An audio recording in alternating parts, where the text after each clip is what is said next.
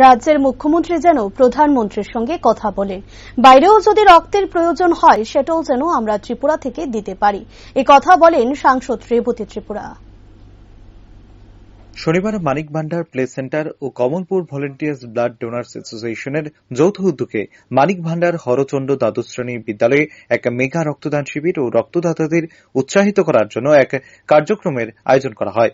প্রদীপ প্রজ্বলনের মাধ্যমে উক্ত অনুষ্ঠানের শুভ উদ্বোধন করেন মন্ত্রী টিঙ্কু রায়। এছাড়াও এদিনের অনুষ্ঠানে উপস্থিত ছিলেন সাংসদ রেবতী ত্রিপুরা, বিধায়ক মনোজ কান্তি দেব, বিধায়িকা স্বপ্না দাস পাল, ভলেন্টিয়ার্স ব্লাড ডোনার্স অ্যাসোসিয়েশনের সচিব শ্যামল কান্তি পাল সহ অন্যান্যরা। অনুষ্ঠানে বক্তব্য রাখতে গিয়ে মন্ত্রী টিঙ্কু রায় বলেন, বর্তমানে আমাদের সামনে যে সমস্যাগুলো রয়েছে তার মধ্যে একটি গুরুত্বপূর্ণ সমস্যা হচ্ছে নেশা। এই নেশার কারণে অনেকে মেধাবৃত্তি ছেলেমেয়েরা করাল ঘাসের তলিয়ে যাচ্ছে। রাজ্য সরকার নেশা মুক্তি কেন্দ্র করার সিদ্ধান্ত নিয়েছে। মন্ত্রী টিঙ্কু রায় সমাজের সকল অংশের মানুষের প্রতি আহ্বান জানান, নেশার বিরুদ্ধে গণজাগরণ তৈরি করতে হবে। অনুরোধ থাকবে যে সমস্যাগুলো আমাদের সামনে আসছে তার মধ্যে একটা গুরুত্ব সমস্যা হচ্ছে যেটা নেশা। আজকে নেশার কারণে আমাদের রাজ্যের ভালো ভালো ছেলেমেয়েরা যারা পড়াশোনা করে নিজেকে সমাজে প্রতিষ্ঠিত করবে, মা বাবা সেইভাবে তাকে গড়ে তুলেছে, কিন্তু আবার কোনো না কোনো ভাবে দেখেছে এই সমস্ত ছেলেমেয়েরা নেশায় আসে। সেটা সংখ্যাটা একদম কম নয়, অনেকগুলো সংখ্যা। আমাদের সরকারি উদ্যোগে আজ এই ধরনের নেশা মুক্ত কেন্দ্র খোলার পরিকল্পনা গ্রহণ করছে এবং একটা সেন্টার রয়েছে আগরতলাতে। বেসরকারি উদ্যোগে অনেকগুলো হয়েছে, কিন্তু এটা সরকারের দায়িত্ব, সরকার সেটা করবে। কিন্তু আমরা সামাজিক কাজ যারা করি, আমরা যারা গার্জিয়ানরা রয়েছে বা আমরা যে সমস্ত সামাজিক আমাদের সংস্থাগুলো রয়েছে, সবাই যতক্ষণ পর্যন্ত এটাকে একটা আন্দোলনের স্বরূপ না দেবেন, জন আন্দোলন তৈরি না করবেন, তাহলে আমাদের এই সমাজের যুব যারা একটা তাদেরকে নিয়ে আমরা ভবিষ্যৎ ভাবছি, তারা কিন্তু বিপথে চলে যাবে। অনুষ্ঠানে সাংসদ রেবতী ত্রিপুরা বলেন, অতীতে পয়সা দিয়ে রক্ত কিনতে হতো। রক্তদানের মাধ্যমে আরেকজনের জীবনকে বাঁচানো সমাজের সর্বশ্রেষ্ঠ দান। তার উপরে আর কোনো দান হতে পারে না। ত্রিপুরা এখন রক্তদানে সামাজিক আন্দোলনের রূপ নিয়েছে। স্বাভাবিকভাবে এখন আর পয়সার বিষয় নেই। রক্তদানে ভারতবর্ষের মধ্যে ত্রিপুরা একটি দৃষ্টান্ত স্থাপন করেছে।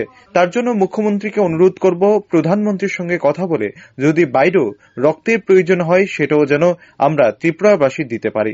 ত্রিপুরা এখন বিভিন্ন ক্ষেত্রে এগিয়ে চলছে এবং তার কারণে রক্ত দিতে হবে তো একটু পয়সার বিনিময়ে এক সময় আমরা দেখেছি, কিন্তু এখন আমরা জানি যে রক্তদানের মাধ্যমে যেটা আরেকজনের জীবনকে বাঁচানো, এটা সমাজের সব থেকে বড় দান সেবা, তার উপরে আর হতে পারে না মানুষের জীবন দান করা। আর যেহেতু এখন সবাই আমরা দিচ্ছি, এটা একটা সামাজিক আন্দোলনের রূপ নিয়েছে, তো তার কারণে সেখানে আর্থিক যে ব্যাপারটা সেটা চলে আসে না।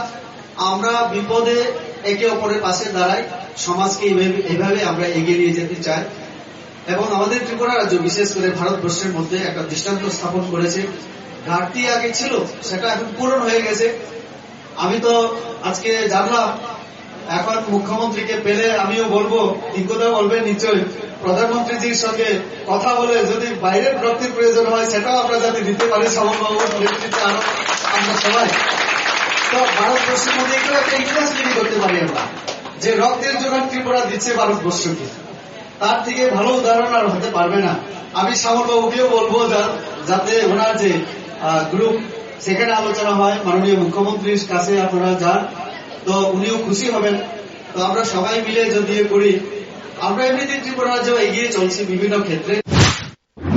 এদিনের অনুষ্ঠানে রক্তদান শিবিরের আয়োজন করে থাকে এমন বিভিন্ন ক্লাব ও সংস্থাকে সম্বর্ধনা দেওয়া হয়। এদিনের মেগা রক্তদান শিবির ঘিরে সকল অংশের মানুষের মধ্যে ব্যাপক উৎসাহ পরিলক্ষিত হয়। Bureau report, rising Tripura.